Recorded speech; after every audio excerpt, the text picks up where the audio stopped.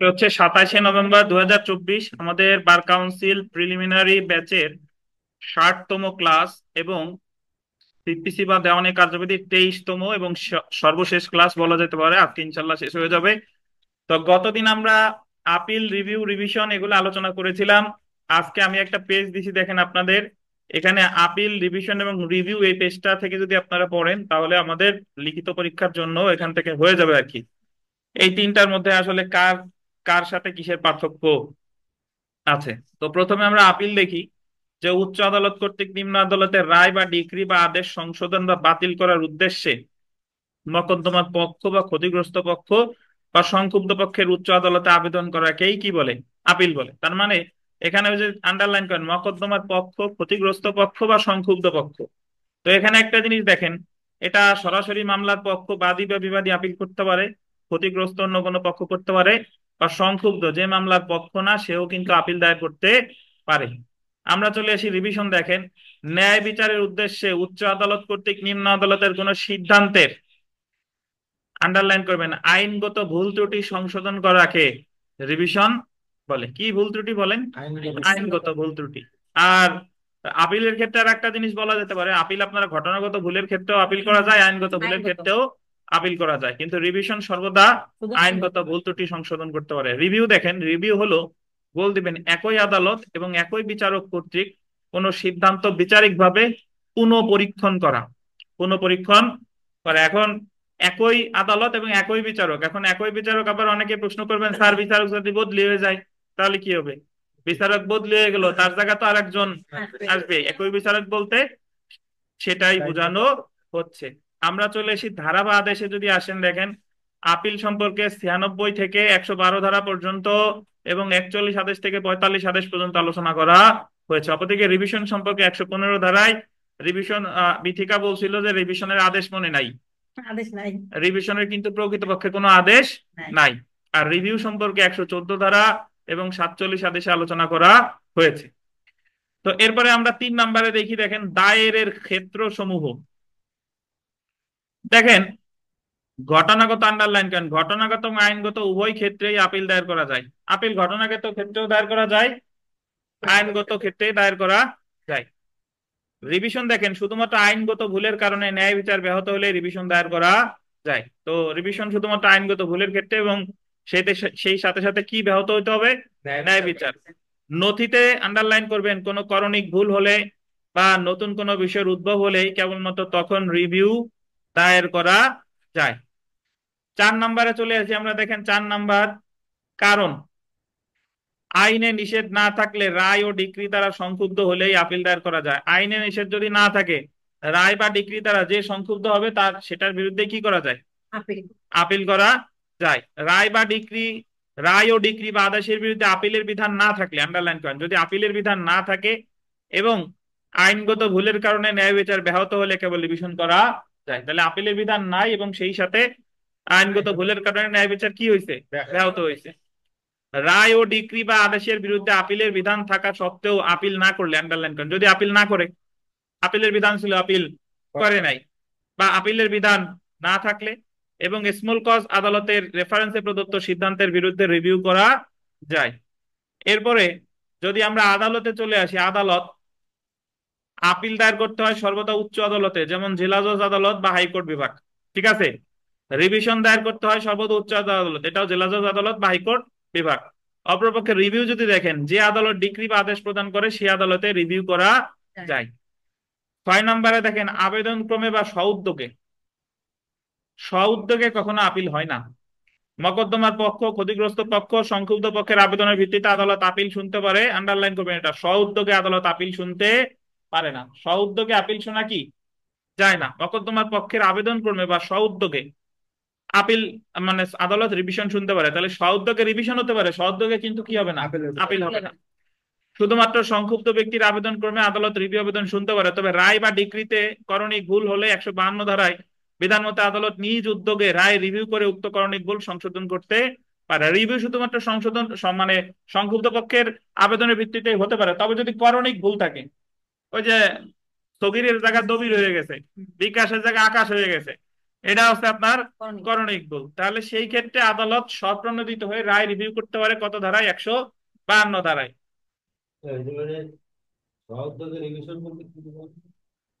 স্ব-উদ্যোগে revision মানে আপনি revision যেরকম করেন সেভাবে আদালতের কাছে কেউ রিভিশন করে নাই, বাট আদালত সেই আইনগত ভুল ত্রুটি নিম্ন আদালতের ভুল ত্রুটি উনি নিজে নথি তলব করে সংশোধন করতে পারে।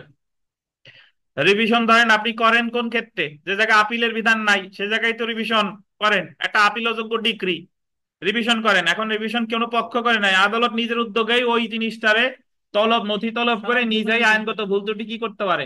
সংশোধন করতে পারে। এটা হলো স্ব উদ্যোগে। তামাদি আইনের 152 ধারার বিধান মতে জেলা জজ আদালতে আপিল করার সময় হলো 30 দিন, এবং 156 ধারার বিধান মতে হাইকোর্ট বিভাগে আপিল করার সময় হলো 90 দিন। একইভাবে রিভিশন দায়ের তামাদি আইন 1908 রিভিশন দায়েরের তামাদি মেয়াদ সম্পর্কে কোনো আলোচনা করা হয়নি। তবে বিচারিক নজির অনুযায়ী জেলা জজ আদালত রিভিশন করার সময় হলো 30 দিন, এবং হাইকোর্ট বিভাগে রিভিশন করার সময় হলো কত দিন? 90 দিন। বিচারিক নজির অনুসারে আপিলেরও যে সময়, রিভিশনেরও সেই সময়। তামাদি আইনের 173 অনুচ্ছেদ অনুযায়ী যে কোনো দেওয়ানি আদালতে রিভিউ দায়ের করার সময় হলো কতদিন? 90 দিন। বলেন।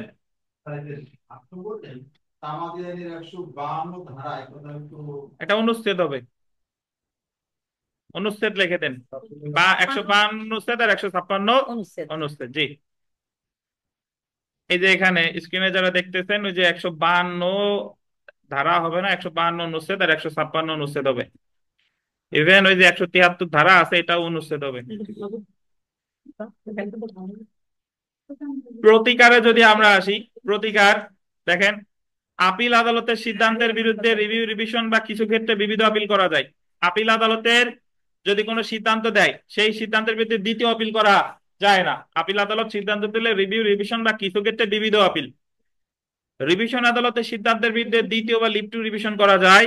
রিভিউ মঞ্জুর হলে উক্ত আদেশের বিরুদ্ধে বিবিধ আপিল করা যায়, এবং রিভিউ না মঞ্জুর হলে উক্ত আদেশের বিরুদ্ধে কি করা যায়?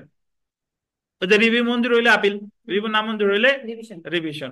দ্বিতীয় আবেদন দেখেন, দ্বিতীয় আপিলের সুযোগ নাই। 1978 সালে দেওয়ানি কার্যবিধিতে দ্বিতীয় আপিলের বিধান বিলুপ্ত করা হয়। এটা গুরুত্বপূর্ণ, পরীক্ষায় প্রশ্ন আসবে যে দেওয়ানি কার্যবিধিতে দ্বিতীয় আপিলের বিধান বিলুপ্ত করা হয় কত সালে? 1978 সালে। দেওয়ানি কার্যবিধির 115(4) ধারায় অনুমতি সাপেক্ষে বা দ্বিতীয় রিভিশনের সুযোগ আছে, দ্বিতীয় রিভিউ এর কোনো সুযোগ নাই। তো এই ছিল আমাদের আপিল, রিভিউ, রিভিশন এর মধ্যে পার্থক্য। আপনাদের একটু আজান দিয়ে দিচ্ছে, আজানের পরে আমরা আবার শুরু করব, খুব কম বাকি আছে। নামাজ শেষ করে চলে আসেন, আমরা আলোচনা করবো ইনশাল্লাহ।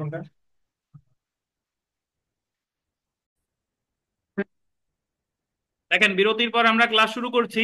এখন আমরা দেখব বিবিধ বিষয়। আমাদের দেওয়ানি কার্যবিধিতে বিবিধ বিষয় সম্পর্কে আলোচনা করছে ধারা 132 থেকে 155। ধারা 132 থেকে 155 দেখেন, 132 ধারায় কতিপয় মহিলার ব্যক্তিগত হাজিরা হতে অব্যাহতি দেওয়া হয়েছে। এখান থেকে প্রশ্ন আসলে এইভাবেই আসবে যে মহিলাদের ব্যক্তিগত হাজিরা থেকে অব্যাহতি দেওয়া হয়েছে কত ধারায়? 132 ধারায়। গোল দিবেন। 135 ধারায় আছে আছে 135 ধারায় জজ, ম্যাজিস্ট্রেট বা অন্যান্য বিচারিক কর্মকর্তাকে দেওয়ানি প্রক্রিয়ায় গ্রেফতার হতে অব্যাহতি দেওয়া হয়েছে। দেওয়ানি প্রক্রিয়ায় তাহলে মহিলারে গ্রেফতার হতে অব্যাহতি দিছে কিন্তু 56 ধারায়, ঠিক আছে। আর মহিলাকে ব্যক্তিগত হাজিরা হতে অব্যাহতি দিচ্ছে কত ধারায়? 132 ধারায়। আর জজ, ম্যাজিস্ট্রেট বা অন্যান্য বিচারিক কর্মকর্তা ওনাদের বিরুদ্ধে যদি দেওয়ানি মামলা হয়, তাহলে দেওয়ানি মামলায় ওনাদের ওই গ্রেফতার হতে অব্যাহতি দেওয়া হয়েছে দেওয়ানি কার্যবিধির 135 ধারায়, মনে রাখেন। এবং 135 ক ধারায় কোন পার্লামেন্ট সদস্যকে পার্লামেন্ট সভা চলাকালীন সময়ে দেওয়ানি প্রক্রিয়া গ্রেফতার হতে অব্যাহতি দেওয়া হয়েছে। পার্লামেন্ট সদস্য মানে হলো এমপি। এমপি সাহেব যখন পার্লামেন্টের অধিবেশন চলে তখন ওনাকে গ্রেফতার হতে অব্যাহতি দেওয়া হয়েছে, কিন্তু এই গ্রেফতারটা কি দেওয়ানি মামলায় গ্রেফতার নাকি ফৌজদারি মামলায় গ্রেফতার বলেন তো? দেওয়ানি মামলা। ধন্যবাদ। 137 ধারায় অধস্তন আদালতের ভাষা কি হবে সেটা বিধান করা হয়েছে। অধস্তন আদালতের ভাষা কি হবে সেটা গোল্ডেন সরকার ঘোষণা করতে পারবে, মানে নিম্ন আদালতের ভাষা কি হবে এটা নির্ধারণ করবে 137 ধারায়। কে নির্ধারণ করবে? সরকার। তো এখানে বেশ কতগুলো বিষয় আমরা দেখলাম। তো যে 132 ধারায় মহিলারে ব্যক্তিগত হাজিরা থেকে অব্যাহতি দিচ্ছে, 35 ধারায় জজ ম্যাজিস্ট্রেটকে গ্রেফতার থেকে অব্যাহতি দিচ্ছে। 135 ক ধারায় পার্লামেন্ট সভা চলাকালীন সময় পার্লামেন্ট সদস্যকে গ্রেফতার হতে অব্যাহতি দেওয়া হচ্ছে। এবং 137 ধারায় বলা হয়েছে যে আদালতের ভাষা কি হবে, আদালতের ভাষা কি নির্ধারণ করবে, সরকার। আদালতের ভাষা নির্ধারণ করবে সরকার। আমরা বিগত বছরের প্রশ্ন আছে এখানে, দেখেন একটা প্রশ্ন এখানে এসেছে, আহ অধস্তন আদালতের ভাষা কি হবে তা the code of civil procedure 1908 এর কত ধারায় বলা হয়েছে, কত ধারায়, 137 ধারায়। যদি কখনো পরীক্ষায় প্রশ্ন আসে যে কে নির্ধারণ করবে, সরকার। ধন্যবাদ। এখন আমরা চলে আসব দেওয়ানি কার্যবিধি প্রত্যর্পণের আবেদন, অ্যাপ্লিকেশন ফর রেস্টিটিউশন। রেস্টিটিউশন ধারা 144। এই প্রত্যর্পণের বিষয়টা এখানে আবার অনেক কিছু বোঝার আছে। তো প্রত্যর্পণ বোঝার আগে, প্রত্যর্পণ আমি একটু এখানে পড়ার আগে আমি একটু আমার নিজের ভাষায় আপনাদের একটু বুঝাই, তারপরে আমরা এখানে যা আছে সেটা পড়বো। প্রত্যর্পণ হচ্ছে, এক কথায় বলার আগে আগে আমরা একটু ডিক্রি জারিতে চলে যাই। যে ডিক্রি জারিতে দেওয়ানি মামলায় যে পক্ষ মামলায় জয়লাভ করে তার পক্ষে ডিক্রি হলে তাকে বলে ডিক্রিদার, আর যার বিপক্ষে ডিক্রি হয় তাকে বলে কি, তাই। এখন ধরেন আমাদের তানভীর আলম খান 5 লাখ টাকা পাবে বিথিকার কাছে। বিথিকা বিশ্বাস বলল যে তানভীরে আমি কোনো টাকা পয়সা দিতে পারবো না, আমার কোনো সামর্থ্য নাই। তো তানভীর 5 লাখ টাকা আদায়ের জন্য অর্থের মামলা দায়ের করছে বিথিকার বিরুদ্ধে, এবং যথারীতি মামলায় তানভীর আলম খানের পক্ষে ডিক্রি হয়েছে। তাহলে এখানে তানভীর আলম খান 5 লক্ষ টাকার ডিক্রি পেয়েছে, তানভীর আলম খান হলো ডিক্রিদার, আর বিথিকা হচ্ছে কি, তাই। এখন তানভীর আলম খান ডিক্রি পাওয়ার সাথে সাথেই কিন্তু বিথিকা ওই 5 লাখ টাকা ওনাকে দিতে বাধ্য না। তানভীর আলম খানকে ওনার জারি মামলা দায়ের করতে হবে, মানে ডিগ্রি পাওয়ার পরেও ওনার কি মামলা করতে হবে, জারি মামলা। জারি মামলা, উনি জারি মামলা দায়ের করলো। জারি মামলা দায়ের করার পরে ধরেন বিথিকার 5 কাঠা জমি ছিল কোটালীপাড়াতে, বিথিকার জমি নিলামের আয়োজন করে 5 কাঠা 5 লাখ টাকা বিক্রি করে 5 লাখ টাকা তানভীর আলম খান রে বুঝাই দিছে। তাহলে তানভীর আলম খান যে ডিগ্রি পাইছিল সেই ডিগ্রির ফল উনি কি ভোগ করছে। এখন বিথিকা তো ওর দিশেহারা, আমি মামলায় হারলাম, আবার আমার টাকা পয়সাও কি আদায় করে নিয়ে গেছে। তো বিথিকা তো আপিল করছে, কি করছে বলেন, আপিল করছে। তো আপিল, 5 লাখ টাকার মামলার আপিল কোথায় হবে, জেলা জজের কাছে। বিথিকা আপিল করার পরে আপিল ধরেন 2 বছর চলছে, চলার পরে আপিলে রায় দিছে আপিল আদালত যে না, বিথিকার কাছে তানভীর কোনো টাকা পয়সা পাবে না। তাহলে আপিলে গিয়ে মামলা ডিক্রি হলো কার পক্ষে, বাট মূল মামলা ডিক্রি হলো কার পক্ষে, তানভীরের পক্ষে। এবং তানভীর তো অলরেডি ডিক্রি পাইয়া ওর ডিক্রির ফল ভোগ করে খেয়েটে ফেলছে। এখন আপিল আদালত যেহেতু চূড়ান্ত আদালত, আপিলে গিয়ে বিথিকা ডিক্রি পেলো যে বিথিকার কাছে তানভীর কোনো টাকা পয়সা পাবে না, কিন্তু অলরেডি তো জারি মামলায় বিথি 5 লাখ টাকা দিয়ে দিচ্ছে। এখন বিথিকা এই যা হারাইছে, ডিক্রি জারি মামলায় বিথিকা যা হারাইছে, তাই পুনরায় সুদ সহ ফিরে পাওয়ার যে আবেদনটা করবে সেটার বলে প্রত্যর্পণ। বুঝতে পারছেন? এখানে একটু অধৈর্য ধরে নেন, আমি আরো কতগুলো কথা বলি।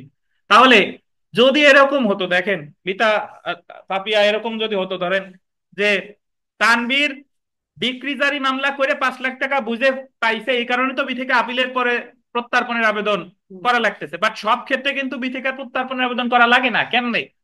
তানভীর মামলায় ডিক্রি পাইছে, কিন্তু তানভীর জারি মামলা যখন করছে, বিথিকা যে জারি মামলা স্থগিতের আবেদন করছে, জারি মামলা কি আছে, স্থগিত আছে, এবং আপিলে গিয়ে বিথিকা জয়লাভ করছে। তাহলে এই জায়গায় তো বিথিকা কিছু জারি মামলায় কি হারাই নাই। তাহলে এই জায়গায় কি বিথিকার প্রত্যর্পণের মামলা করার দরকার আছে, নাই।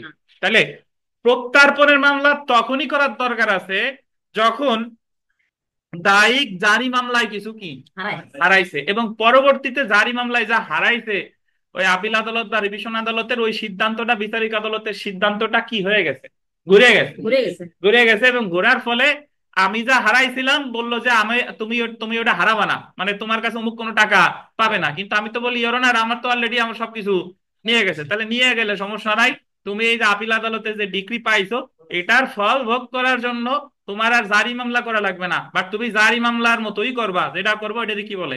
প্রত্যার্পণ। জারি মামলাও বিচারিক আদালত করে, থেকে আপিলের ডিগ্রি পাওয়ার পরও প্রত্যার্পণের আবেদন করবে কার কাছে? ওই যে আদালত বিচার করছিল সেই আদালত। বুঝতে পারছেন? এখন শুনেন, আপনি জারি মামলা করেন কোন আদালতে? তাহলে প্রত্যার্পণ সেই আদালতে। বুঝতে পারছেন? দুইটার স্বভাব চরিত্র এক, কিন্তু নাম আলাদা। আচ্ছা, তো এখন আমাদের জারি মামলার ক্ষেত্রে জারি মামলা করা লাগতো, প্রথম যে জারি মামলাটা করে 3 বছর, নিবন্ধিত হলে কয় বছর? 6 বছর, তামাদি 182 অনুচ্ছেদ। আর যদি কোনো কারণে জারি মামলা স্থগিত থাকে, পরবর্তীতে প্রতিটা নতুন আবেদন করতে হবে কত সময়ের মধ্যে? 12 বছরের মধ্যে। দেওয়ানি কার্যবিধির কত ধারা? 48 ধারা। মনে আছে? আর প্রত্যার্পণের যে তামাদি মেয়াদ, এটা বলছে আমাদের তামাদি আইনের 181 অনুচ্ছেদে। কত বলেন? প্রত্যার্পণের তামাদি মেয়াদ 3 বছর। কত বছর? 3 বছর। এখন রুবেল কি প্রত্যার্পণ বুঝছেন? রুবেল কি বলেন? বুঝাই? বুঝছেন? প্রত্যার্পণ অনেকে বুঝে, বাট যখন তারে জিজ্ঞাসা করে তখন আবার হজবরল হয়ে যায়। বলেন। স্যার, আরিফ ভাই এবং বিথিকা দিদির মধ্যে একটা মামলা আছে স্যার। আরিফ ভাই না না না। তাহলে এখানে একটা জিনিস বুঝলাম, দেখেন যে প্রত্যার্পণের আবেদনটা তখনই করা যায় যখন আমি জারি মামলায় কিছু হারাইছি, বাট আমি জারি মামলায় কিছু হারাই নাই, তাইলে আমার প্রত্যার্পণের আবেদন করার দরকার নাই। আর জারি মামলায় হারাইছিলাম, আপিল বা রিভিশন আদালতে এসে ওই বিচারিক আদালতের সিদ্ধান্তটা কি হয়ে গেছে? আমার পক্ষে এসছে। তো আমরা একটু বই পড়ি, দেখেন। প্রত্যার্পণ বা রেস্টিটিউশনের অর্থ: আদালতের কোনো ডিক্রি বা আদেশের কারণে দুইটি বিষয় ঘটতে পারে। যেমন, মকদ্দমার কোনো পক্ষ কোনো কিছু গ্রহণ করতে পারে, আবার অন্য পক্ষ কিছু হারাতে পারে। পরবর্তীতে আদালতের এই ডিক্রি বা আদেশ যদি, এই যে আন্ডারলাইন করেন, সংশোধন, পরিবর্তন বা পরিমার্জন হয়, এবং যার ফলে কোনো পক্ষ কোনো কিছু পাওয়ার অধিকারী হলে তাকে সেই বিষয়টি ফেরত বা প্রত্যার্পণ করতে হবে, অর্থাৎ তাকে তার পূর্বে অবস্থানে প্রতিস্থাপন করতে হবে। আদালতের গোল দিবেন ডিক্রি জারিতে। ডিক্রি জারিতে যে সম্পত্তির দখল গ্রহণ করা হয়, ডিক্রি বাতিল হলে, ডিক্রিটা বাতিল করে কোন আদালত ভাই? অবশ্যই উচ্চ আদালত, আপিল আদালত বা রিভিশন আদালত। বাতিল হলে দেওয়ানি কার্যবিধির 144 ধারা অনুসারে ওই সম্পত্তির দখল প্রত্যার্পণ করতে হয় সেই ব্যক্তির নিকট যে ডিক্রি জারিতে উক্ত সম্পত্তির দখল হারিয়েছিল। বুঝতে পারছেন? কোন পক্ষের আবেদন ক্রমে আদালত প্রত্যার্পণের আদেশ দিতে পারে। উদাহরণ যদি আমরা পড়ি, এখানে যে উদাহরণ দিছে তার চেয়ে ভালো উদাহরণ অলরেডি আমরা দিয়ে ফেলছি, তারপরেও দেখেন যে আদালত একটি মকদ্দমায় বিবাদীর বিরুদ্ধে একতরফা ডিক্রি দিল। বিবাদীর বিরুদ্ধে একতরফা ডিক্রি দেয় 9 আদেশের 6 বিধিতে। উক্ত একতরফা ডিক্রি কার্যকর করার কারণে বিবাদীর সম্পত্তিতে দখল হারায়। বাদী একতরফা ডিক্রি পাওয়ার পরই জারি মামলা করে দিতে। এখন আপনি বলতে পারেন যে স্যার, একতরফা ডিক্রি পাওয়ার পর জারি মামলা করা যায়, কেন যাবে না? ডিক্রি তো ডিক্রি, দোতরফা ডিক্রিরও যে মর্যাদা, একতরফা ডিক্রিরও কি সেই মর্যাদা। উনি একতরফা ডিক্রি পাওয়ার পর বাদী জারি মামলা করে দিছে, জারি মামলার প্রেক্ষিতে বিবাদী তার সম্পত্তিতে কি হারাইছে? দখল হারাইছে। পরবর্তীতে বিবাদী একতরফা ডিক্রি বাতিলের আবেদন করলে আদালত একতরফা ডিক্রি বাতিল করার আদেশ দিল, অর্থাৎ সম্পত্তিতে বিবাদীর দখল বহাল থাকলো, কিন্তু অলরেডি তো জারি মামলায় সে তার দখল কি হারাই ফেলছে। এই ক্ষেত্রে বিবাদীর সম্পত্তিতে তার দখল ফেরত বা প্রত্যার্পণ পাওয়ার জন্য ফর রেস্টিটিউশন অফ পজেশন আবেদন করতে পারে, এবং এই ক্ষেত্রে মকদ্দমা চূড়ান্তভাবে নিষ্পত্তির জন্য অপেক্ষা করার প্রয়োজন নাই। এই ক্ষেত্রে আদালত এমন প্রত্যার্পণের আদেশ মঞ্জুর করে যে সিদ্ধান্ত দিবে তার ডিক্রি বলে গণ্য হবে। বা দেখেন পরের উদাহরণটা দেখেন, আরিফ বদরুলের বিরুদ্ধে 1 লক্ষ টাকার একটি ডিক্রি পেল। ডিক্রি জারির মাধ্যমে আরিফ উক্ত অর্থ আদায় করলো। ডিক্রিটি পরবর্তীতে আপিলে পরিবর্তন হলো। আপিলে উক্ত ডিক্রি পরিবর্তন হওয়ার কারণে 114 আছে, 144 লেখেন, 144 ধারার অধীনে বদরুল উক্ত ডিক্রি উক্ত টাকা পরিশোধের তারিখ হতে গোল দিবেন সুদ সহ উক্ত টাকা ফেরত পাওয়ার অধিকারী হবে। কি সহ বলেন? সুদ সহ। তো এখানে যে জিনিসটা লেখা নাই, আপনি এখানে একটু লিখে নিতে পারেন যে প্রত্যার্পণের আবেদন করতে হবে বিচারিক আদালতে। প্রত্যার্পণের আদালত করতে হবে কোন আবেদন করতে হবে? কোন আদালতে? বিচারিক আদালতে। প্রত্যার্পণের আবেদন করতে হবে কোর্ট অফ ফার্স্ট ইনস্ট্যান্স, মানে ওই মামলাটার বিচার যে আদালত করেছিল সেই আদালতে, আদি আদালতে। আর একটু লিখে নেবেন যে প্রত্যার্পণের আবেদন করার তামাদি মেয়াদ 3 বছর, তামাদি আইনের 181 অনুচ্ছেদ। হ্যাঁ বলেন, অবশ্যই।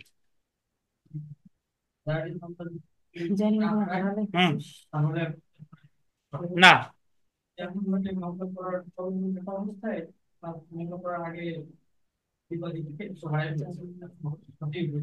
হুম, তা তো আপনি জারি মামলাই করবেন, তখন তো আর প্রত্যার্পণ করা লাগতেছে না।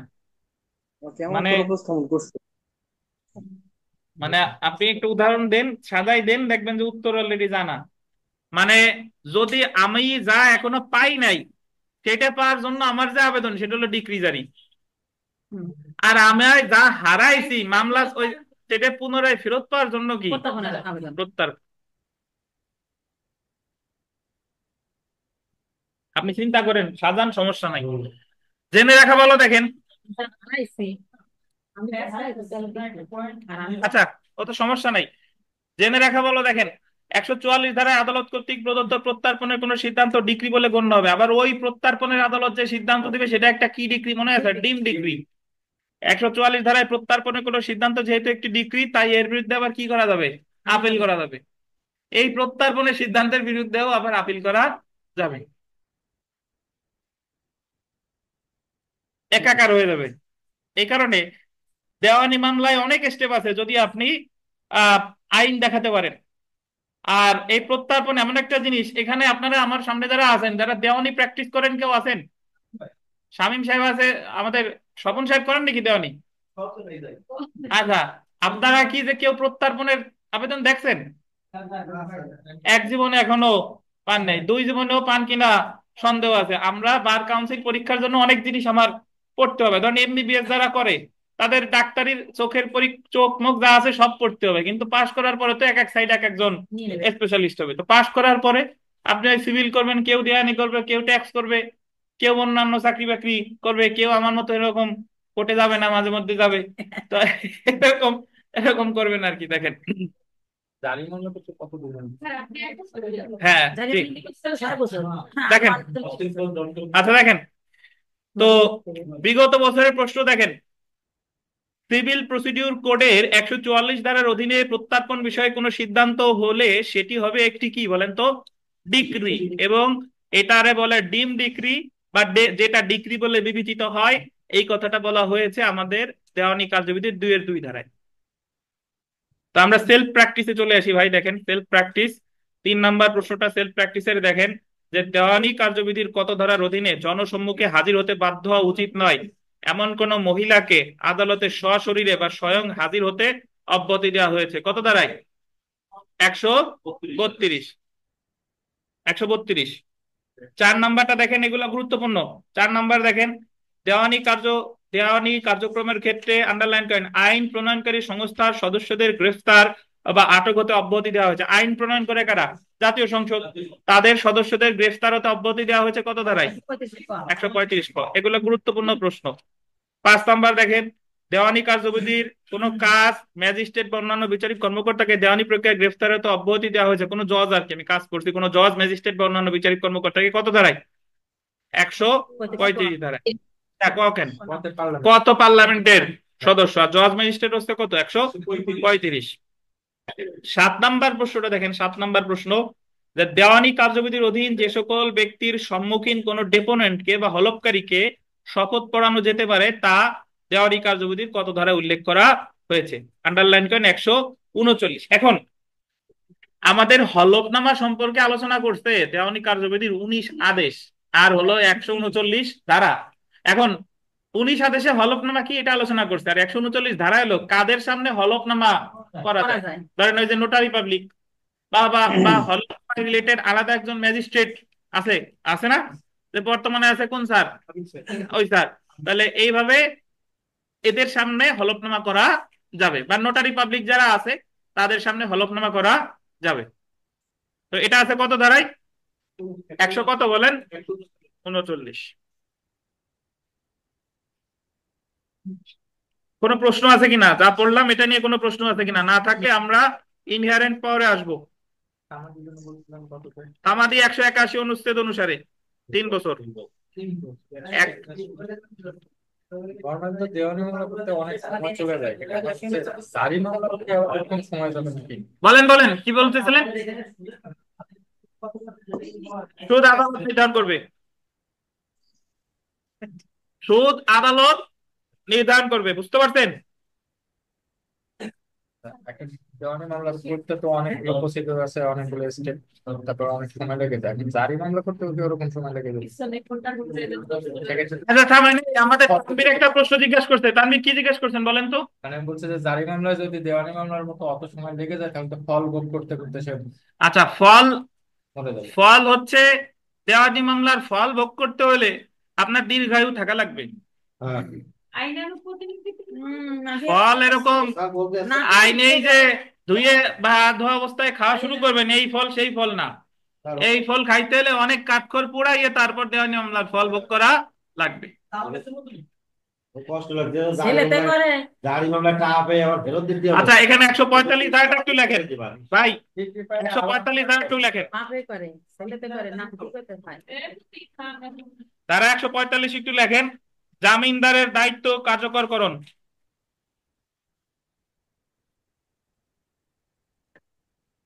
জামিনদারের দায়িত্ব কার্যকরকরণ।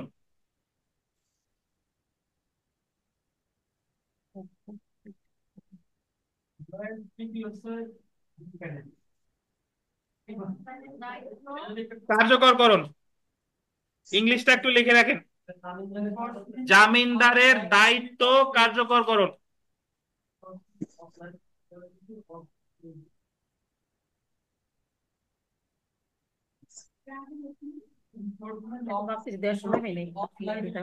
একটু লেখেন, আমি বলি ইংলিশটা লেখেন, এনফোর্সমেন্ট, ই এন, সবাই একসাথে লেখেন, E N F O R, E M লেখছেন কেন? E N F O R C E M E N T, C বলছি লেখছে। আচ্ছা C M E N T, enforcement of, O F of, liability L I A B I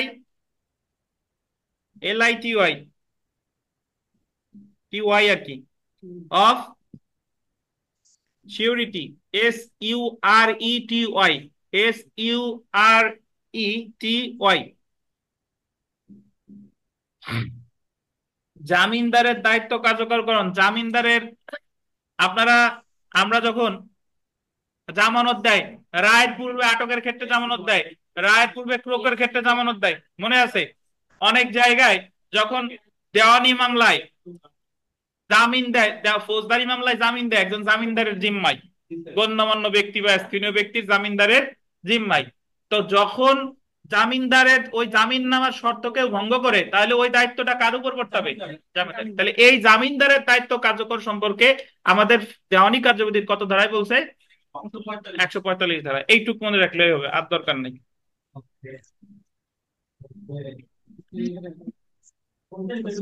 আচ্ছা এখানে আর একটা কথা লেখেন, ধারা 143, ধারা 143, হ্যাঁ ধারা 143 দিয়ে লেখেন ডাক মাসুল বা পোস্টেজ, POSTAGE। ওই যে আপনার যে কোনো সমন বা চিঠি পাঠাতে গেলে যে ডাক মাসুল দিতে হবে, সেটা বলছে TAGE, পোস্টেজ, POSTAGE। সমন বা যে কোনো চিঠি পাঠাইতে হলে আমাদের প্রসেস ফি দেওয়া লাগে না? তাই প্রসেস ফি সম্পর্কে, ডাক মাসুল সম্পর্কে বলছে দেওয়ানি কার্যবিধির কত ধারায়? 143 ধারায়।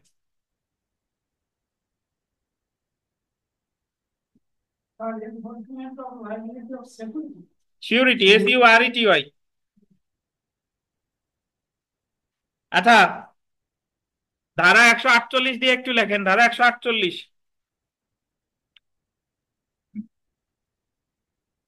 145 ধারায় বলছে যে জামিনদারের অব্যাহতি কার্যকর, জামিনদারের দায়িত্ব কার্যকরকরণ, enforcement of liability of surety. এটার অর্থ হলো যে যখন কেউ আপনার কোনো কারো জামিনদার হয়, ধরেন দায়িকের জামিনদার, দায়িক হলো বিথিকা, জামিনদার হলো তানবীর। এখন বিথিকা যদি এই জামিনের শর্ত ভঙ্গ করে তাহলে এর দায়িত্ব পালন করতে হবে কার? তানবীরের। তাহলে তানবীর কিভাবে তার দায়িত্ব পালন করবে সেই সম্পর্কে বলছে 145 ধারায়। ঠিক আছে। আর 143-এ বলছে ডাক মাসুল বা পোস্টেজ, এই যে আমরা সমন বা চিঠির সাথে যে প্রসেস ফি দেওয়া লাগে বা সরকার ইচ্ছা করলে এই প্রসেস ফি দেওয়া রেহাই দিতে পারে, এই বিধানটা বলছে দেওয়ানি কার্যবিধির কত ধারায়? 143 ধারায়। 148 ধারাটা একটু লেখেন। ধারা 148 লেখেন সময় বৃদ্ধিকরণ।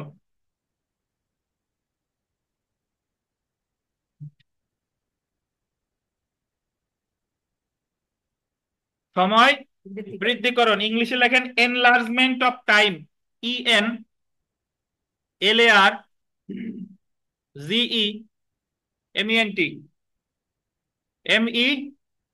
Enlargement of time.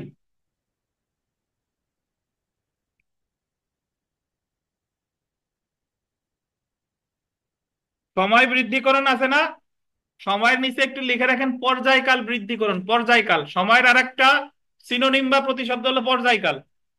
কাইট হয়ে যাবে নেন যে আমরা তো বলছি সময় বৃদ্ধিকাল, পর্যায়কাল আবার কোন জায়গা?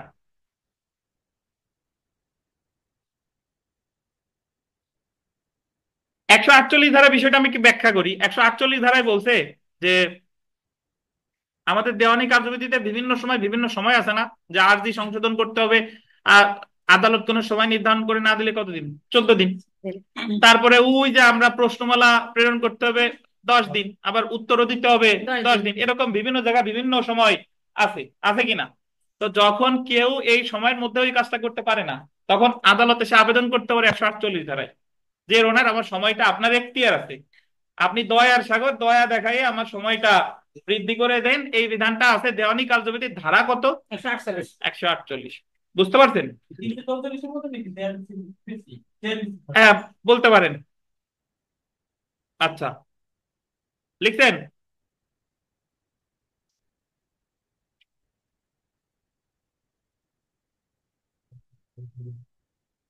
149 ধারাটা একটু লেখেন। ধারা 149 একটু লেখা থাক।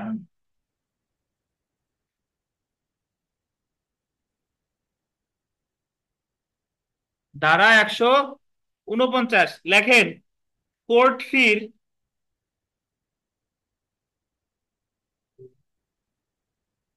অপর্যাপ্ততা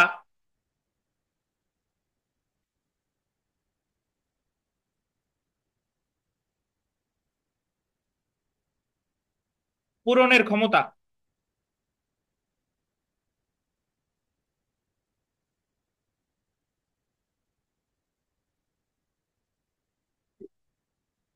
কোর্ট ফির অপর্যাপ্ততা পূরণের ক্ষমতা, এটা কত ধারা?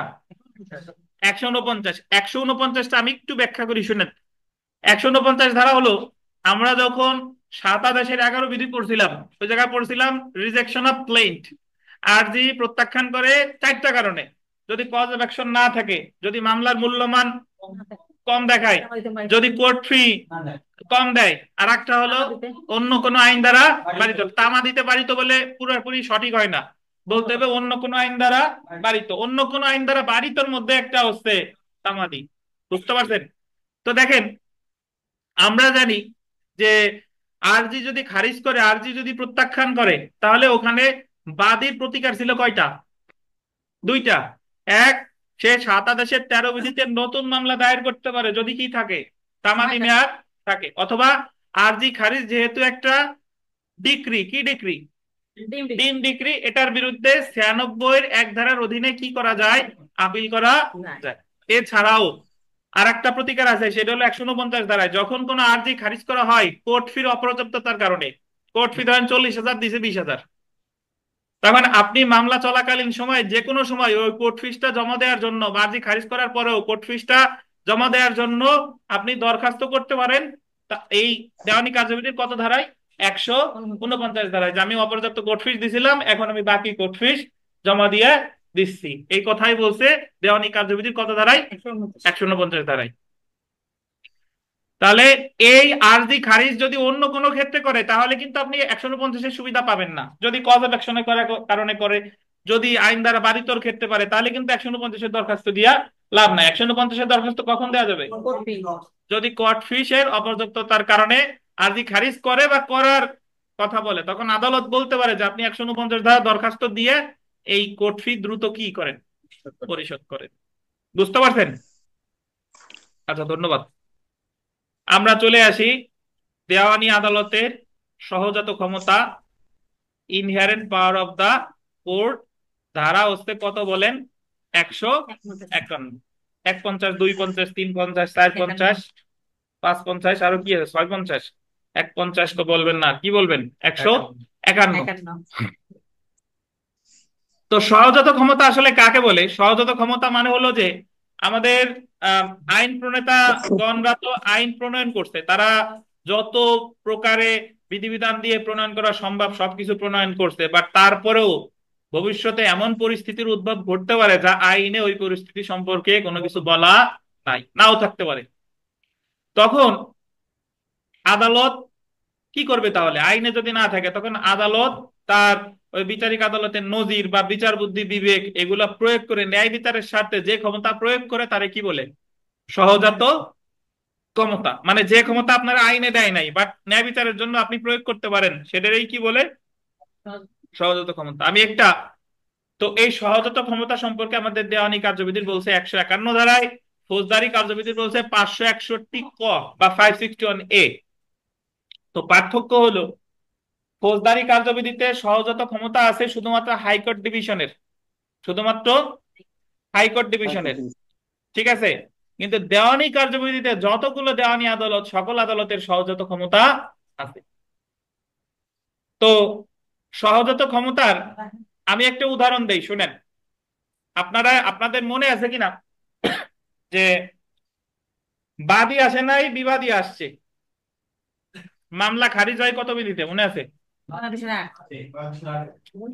বাদী আসে নাই, বিবাদী আসছে, মামলা খারিজ হবে 9 দেশের কত বিধি? 8 বিধিতে। ধরেন 9 দেশের 8 বিধিতে খারিজ করে দিল, তখন বাদীর প্রতিকার ছিল 9 দেশের 9 আর 9 দেশের কত? 9 ক। মনে আছে? 9 হলো খারিজ রদের আবেদন করে আর 9 কত হলো সরাসরি খারিজ রদের আবেদন করে। এখন 9 যদি আমি আবেদন করি তাহলে আমার সাফিসিয়েন্ট কজ দেখাইতে হবে, যে আমি জ্বর ছিলাম, জন্ডিসে ছিলাম, বা মিলাদ খাইতে গেছিলাম, নানাবিধ কারণ। আর 9 কতে আমার কারণ দেখানো কারণ দেখানো লাগবে না, দিতে হবে কি? টাকা হবে সর্বোচ্চ 1000 টাকা খরচ। তো এখন ধরেন আপনি 9-9-9তেই আবেদন করছেন, কতে যান নাই। এখন 9-9তে যখন আপনি আবেদন করেন, আমরা জানি যে আপনারা যারা কোর্ট কাছারিতে যান, যে কোনো দেওয়ানি আবেদন করেন বা ফৌজদারি আবেদন করেন, যে দিনে আবেদন করেন সেই দিন তো শুনানিটা হয় না, ভবিষ্যতে একদিন শুনানির জন্য দেয় না, যেদিন ডেট ফেলে ওই দিন হলো উভয় পক্ষের উপস্থিতিতে শুনানি অনুষ্ঠিত হবে। তাহলে আপনি মামলা খারিজ হয়েছিল 9-8-এ, আপনি খারিজ রদের আবেদন করলেন 9-9-এ, এবং আদালত ভবিষ্যতে একদিন শুনানির জন্য দিল যে ওই দিন শুনানিটা হবে, খারিজ রদের খারিজটা রদ করবে কি করবে না। যেদিন শুনানি দিল মানে 9-9-এর শুনানি, ওই দিন আবার বাদী আসে নাই। মূল মামলায় না আসলে কি হবে সেটা আছে 9 আদেশের 8-এ, কিন্তু এই খারিজ রদের শুনানিতে না আসলে কি করবে এটা কিন্তু দেওয়ানি কার্যবিধিতে নাই। বুঝতে পারছেন? বুঝাইতে পারছি আমি? মূল মামলার শুনানিতে না আসলে 9-8 খারিজ করে দিচ্ছে, কিন্তু এটা তো মূল মামলার শুনানি না, আমি মূল মামলা শুনানিতে আমি আসি না, এই কারণে আমার খারিজ করছিল 9-8-এ। আমি খারিজ রোধের আবেদন করছি 9-9। এখন 9-9-এর শুনানি সেদিন হবে, সেই দিনও বাদী দেখা গেল আসে নাই। তাহলে এই ক্ষেত্রে আদালত তার সহজাত ক্ষমতা প্রয়োগ করতে পারে, ওই খারিজ রোধের শুনানি কি করে দিতে পারে, একেবারে খারিজও করে দিতে পারে, অথবা ওনার কাছে যদি মনে হয় যে না আর এক তারিখ দেখি সে কেন আসে না এটা আমার জানা দরকার, তাহলে এটা আদালত তার সহজাত ক্ষমতা প্রয়োগ করে ন্যায় বিচারের স্বার্থে যে কোনো কি করতে পারে বলেন? ক্ষমতা যে কোনো আদেশ দিতে পারে। আর একটা কথা হলো যে আমাদের দেওয়ানি কার্যবিধিতে সাধারণত প্র্যাকটিসের ক্ষেত্রে আপনি যাই চান না কেন সব তার সাথে, ধরেন বিধান আছে, আমি জানি যে আর্জি খারিজ করে 7-11-তে, তারপর 7-11-'র সাথে সাথে আমি 151 যোগ করে দিই। অস্থায়ী নিষেধাজ্ঞা চাই 39-1-এ, 39-1-এর সাথে সাথেও আমি 151 কি যোগ করে দিচ্ছি, যে ওনার যদি এই 39-1-এ নাও পড়ে তবুও আপনার সহজাত ক্ষমতা আছে, আপনি এইটা দিয়ে দেন। বুঝতে পারছেন? হ্যাঁ, হ্যাঁ, হ্যাঁ। তো এই কারণে সহজাত ক্ষমতা সরাসরি বলা যায় যে যে ক্ষমতা আইনে সরাসরি বলা নাই, তখন আদালত তার বিচার বুদ্ধি বিবেক প্রয়োগ করে ন্যায় বিচারের সাথে যে ক্ষমতা প্রদান করে তাকেই বলে সহজাত ক্ষমতা। একটু পরে দেখেন, এর আর এক নাম অন্তর্নিহিত ক্ষমতা, আর ইংরেজিতে বলে inherent power of the court. অন্তর্নিহিত বা সহজাত বলতে এমন কিছুকে বোঝায় যেটা লুপ্ত বা সরাসরি ব্যক্ত করা হয়নি। এই ক্ষমতা কোনো আইন থেকে উৎপত্তি হয়নি, বরং ন্যায় বিচার নিশ্চিত করতে এবং আদালতের বিচারিক কার্যক্রম সঠিকভাবে করতে আদালত তার প্রতিষ্ঠার সময়, এটা আন্ডারলাইন করেন, প্রতিষ্ঠার সময় এই ক্ষমতা সহজাতভাবে লাভ করে। দেওয়ানি কার্যবিধির বিধিবিধান সমূহ আন্ডারলাইন করবেন স্বয়ংসম্পূর্ণ নয়, কারণ ভবিষ্যতে কোনো মকদ্দমায় সম্ভাব্য কোন ধরনের পরিস্থিতির উদ্ভব হতে পারে এই পরিস্থিতির সেই সকল পরিস্থিতির আগে থেকে অনুমান করা আইন প্রণেতাদের পক্ষে সম্ভব না। এই সকল অপ্রত্যাশিত পরিস্থিতিতে দেওয়ানি কার্যবিধির বিধান দ্বারা ন্যায় বিচার নিশ্চিত করা সম্ভব নাও হতে পারে। দেওয়ানি কার্যবিধির অধীন এই সকল অপ্রত্যাশিত পরিস্থিতি সম্পর্কে কোনো বিধিবিধান না থাকার পরেও আদালত তার সহজাত ক্ষমতা প্রয়োগ করে এই সকল পরিস্থিতিতে ন্যায় বিচার নিশ্চিত করতে পারে। দেওয়ানি কার্যবিধির আন্ডারলাইন করবেন 151 ধারায় দুইটি উদ্দেশ্যে আদালত তার সহজাত ক্ষমতা প্রয়োগ করতে পারে। এক, ন্যায় বিচারের স্বার্থে এবং তারে গোল্ডেন, ন্যায় বিচারের স্বার্থে এবং আদালতের কার্যপ্রণালীর অপব্যবহার রোধ করতে। কিন্তু ফৌজদারি কার্যবিধিতে কয়টা ক্ষেত্রে জানেন? তিনটি ক্ষেত্রে। ফৌজদারিতে 3টা, দেওয়ানিতে কয়টা? দুইটা। বিগত বছরের প্রশ্নটা যদি আমরা দেখি, যে দেওয়ানি কার্যবিধির 151 ধারায় বর্ণিত আদালতের ক্ষমতাকে কি ক্ষমতা বলে? সহজাত ক্ষমতা। সহজাত ক্ষমতা বুঝেন নাই কেউ আছেন? 152 ধারাটা দেখেন। ধারা 152, রায় বা ডিক্রি বা আদেশ সমূহের সংশোধন, amendment of judgment, decrees or order, পাশে লেখেন 20 আদেশের 3 বিধি। 152 ধারার পাশে লেখেন 20 আদেশের 3 বিধি।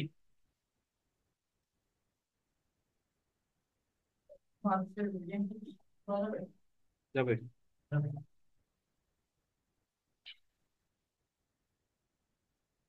দেখতে হবে উনি কোন আদেশটা দিছে, ওই আদেশটা যদি আপিল যোগ্য হয় তাহলে আপিল করা যাবে।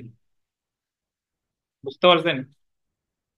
তাই উনি 151 ধারার আদেশ বলে সময় মঞ্জুর করছে, এখন সময়ের আবেদন মঞ্জুর সাধারণত 17 আদেশের এক বিধিতে করে, ওটা তো আপিল যোগ্য আদেশ না, তাইলে আপিল করা যাবে না। কিন্তু উনি যদি অস্থায়ী নিষেধাজ্ঞা মঞ্জুর করে সহজতা ক্ষমতা বলে, যদিও সহজতা ক্ষমতা বলে মঞ্জুর করছে, বাট ধরে নেওয়া হবে ওটা 39 আদেশের এক বিধি অথবা 2 বিধি। যেহেতু 39 আদেশের 1 বা 2 বিধি হলো আপিল যোগ্য আদেশ, তো এটার বিরুদ্ধে আপিল করা যাবে।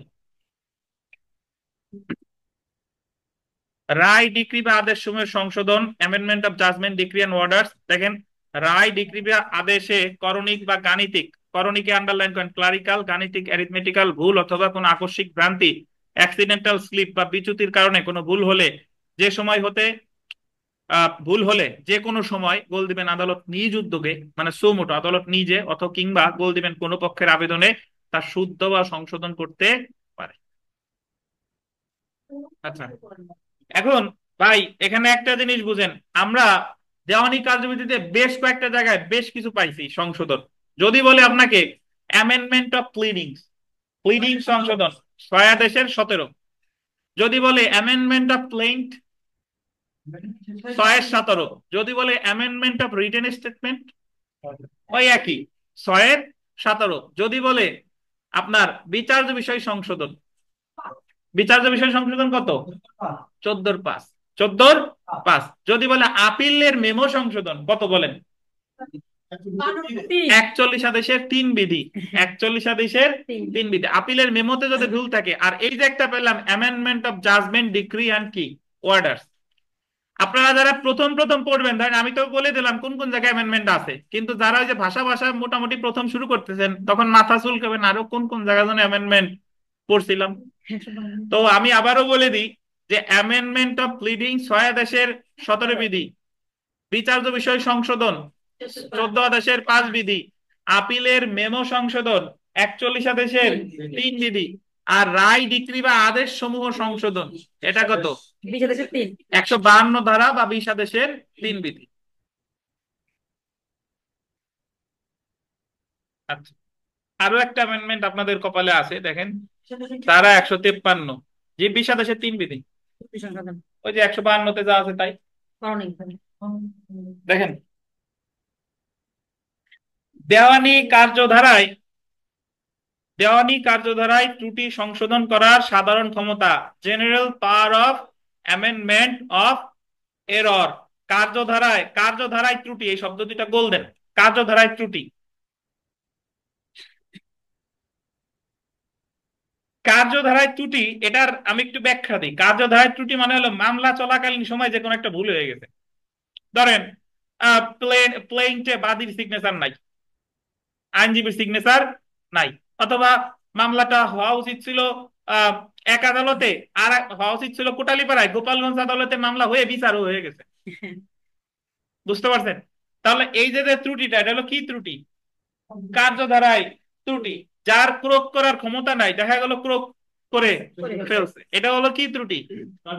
আমরা ফৌজদারি কার্যবিধিতে পড়ছিলাম কোন কোন অনিয়ম বাতিল হয়, কোন কোন অনিয়ম বাতিল হয় না। ওই যে 529-এ বাতিল হয় না 9টা, আর 530-এ বাতিল হয় কয়টা? তো ওই ওই বিধান, ওই রকম বিধান হলো 500, এই যে সরি 153। আচ্ছা, ধন্যবাদ। আমরা দেখি মকদ্দমার কার্যধারায় কোনো প্রকৃত প্রশ্ন বা বিচার্য বিষয় নির্ধারণের উদ্দেশ্যে আদালত যে কোনো সময় কোনো মামলার কার্যধারার, এই যে কোনো সময় শব্দটা বললেন, যে কোনো সময়, যে কোনো সময় বললেন, যে কোনো সময় কোনো মামলার কার্যধারার ত্রুটি সংশোধন, অ্যামেন্ডমেন্ট এনি ডিফেক্ট, ডিফেক্ট মানে কি? ত্রুটি, আর error in any proceeding in a suit করতে পারে। তো মকদ্দমার কার্যধারা ত্রুটি সংশোধন কত ধারায়? 153 ধারায়। আপনাদের কিছুদিন মানে একটা জুডিশিয়াল সার্ভিস পরীক্ষায় প্রশ্ন আসছিল যে একটা মামলায় রায় হয়ে গেছে, রায় হওয়ার পরে দেখলো যে আপিল করতে, আপিলে গিয়ে সংক্ষুব্ধ পক্ষে বলতেছে যে ইওর অনার ওই প্লেইন্টে বাদীর সিগনেচার নাই, এটা একটা। আর বলতেছে যে এই মামলাটা আঞ্চলিক এখতিয়ার ভুল ছিল, হওয়া উচিত ছিল খালিশপুর থানায়, হয়ে গেছে ধরেন খালিশপুরের আসে নিউ মার্কেট থানায়। তো তখন আপিল আদালত কি এই কারণে, এই দুইটা কারণে, সিগনেচারের কারণে আর এখতিয়ারের ত্রুটির কারণে আপিল আদালত কি এই ডিগ্রি পরিবর্তন করবে কিনা বলেন তো? জীবনও না। তো বললেন আইনের রেফারেন্স দেন। তাইলে এই যে মানে সামান্য ত্রুটি, ভুল ত্রুটি, বিচ্যুতি, হ্যাঁ, হ্যাঁ, এইগুলোর জন্য এত দূর পর্যন্ত টাইনে এটা কোন জায়গায় কথা বলা আছে? কোথায় তাই বলে না কেবল তো সাক্ষ্য আইনের 107। দেওয়ানি কার্যবিধির কত ধারা আছে বলেন? দেওয়ানি কার্যবিধির 153 অনুযায়ী তো আপিল আদালত ওই সিগনেচারটা নিল, বা বললো যে এখতিয়ারে কারণে তেমন কোনো সমস্যা হয়নি, এখতিয়ার ঠিক করলো, সমস্যা নাই। কিন্তু এটা হলো 99 ধারায়। দেওয়ানি কার্যবিধির কত ধারায়? 99 ধারায়। যদি কোনো ত্রুটির কারণে দেখবেন যদি সিগনেচার দেয় নাই, তারপরে তারপরে ভুল এখতিয়ার হয়ে গেছে, তাহলে এই সকল কারণে যদি দেখে যে ডিক্রি ঠিক আছে বাট এই সকল কারণে ন্যায় বিচার ব্যাহত হয় নাই, তাহলে এই ডিক্রি পরিবর্তনের কোনো প্রশ্নই ওঠে না। আর তুমি যে যে দাবি তুলছো যে এখতিয়ার নিয়ে, এখতিয়ারের দাবি কখন তুলতে হয়? মামলার প্রথম শুনানি বা বিচার্য বিষয় নির্ধারণের সময় অথবা তার পূর্বে। এতদিন কোথায় ছিলাম? আর এই যে যে সিগনেচারটা নেই না, এটা তো আদালতেরই ত্রুটি, আদালত এটা সংশোধন করবে কত ধারায়? এই 153 ধারায়। এই যে বাদীর সিগনেচার নিয়ে নিবে। বুঝতে পারছেন? 52তে হচ্ছে, আদেশ সংশোধন। এই যে দেখছেন প্যাচ লাগছে, 52তে হচ্ছে আমার রায়ে ভুল হয়েছে, ডিগ্রিতে ভুল হয়েছে, সেটা সংশোধন। আর 153 তো মামলার যে কোনো কার্যক্রমে ভুল হয়েছে। হ্যাঁ, বুঝতে পারছেন? তার মানে এই যে, তাহলে আরো একটা অ্যামেন্ডমেন্ট পেলাম, অ্যামেন্ডমেন্ট অফ এরর। যদি ভুল থাকে মামলার কার্যক্রমে তাহলে সেটা কত? 153। তাহলে আমরা amendment of pleading 6-17, amendment of issue 14-5, amendment of memo of appeal 41-3, amendment of judgment or decree or order 152 আর 20 আদেশের কত? 3। General power of amendment of error 153। ঠিক আছে?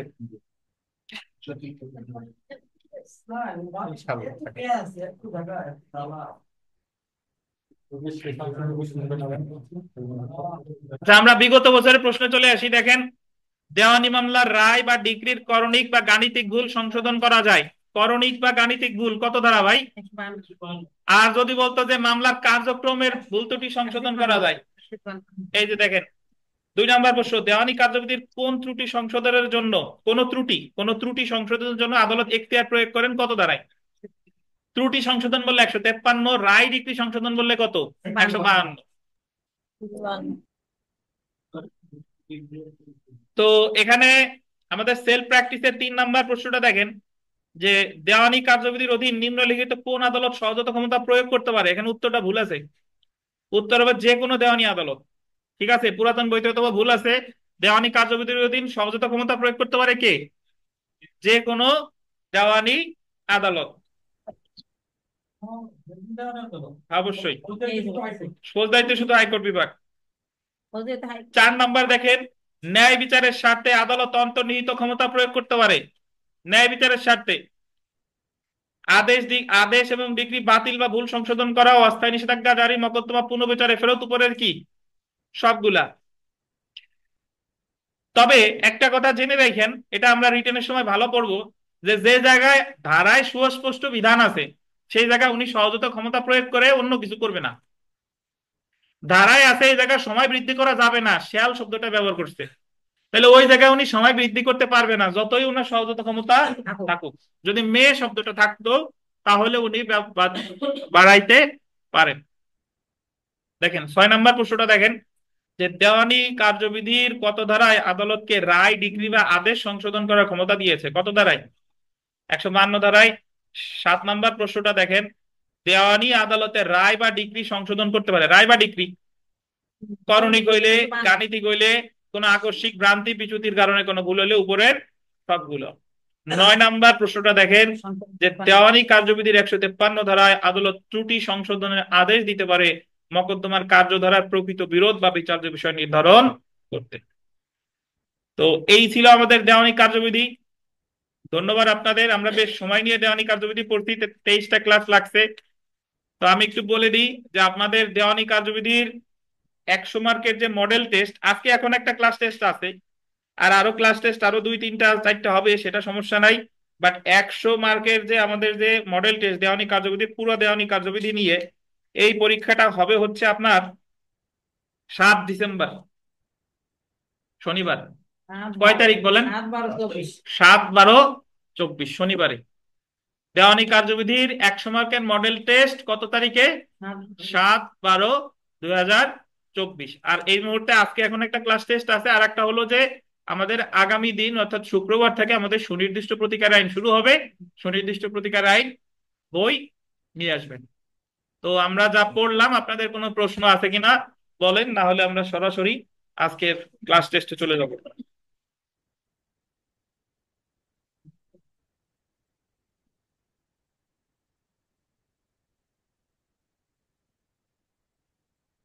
ধন্যবাদ। কেউ যেহেতু জিজ্ঞেস করতেছেন না, সরাসরি ক্লাস টেস্টে চলে আসি।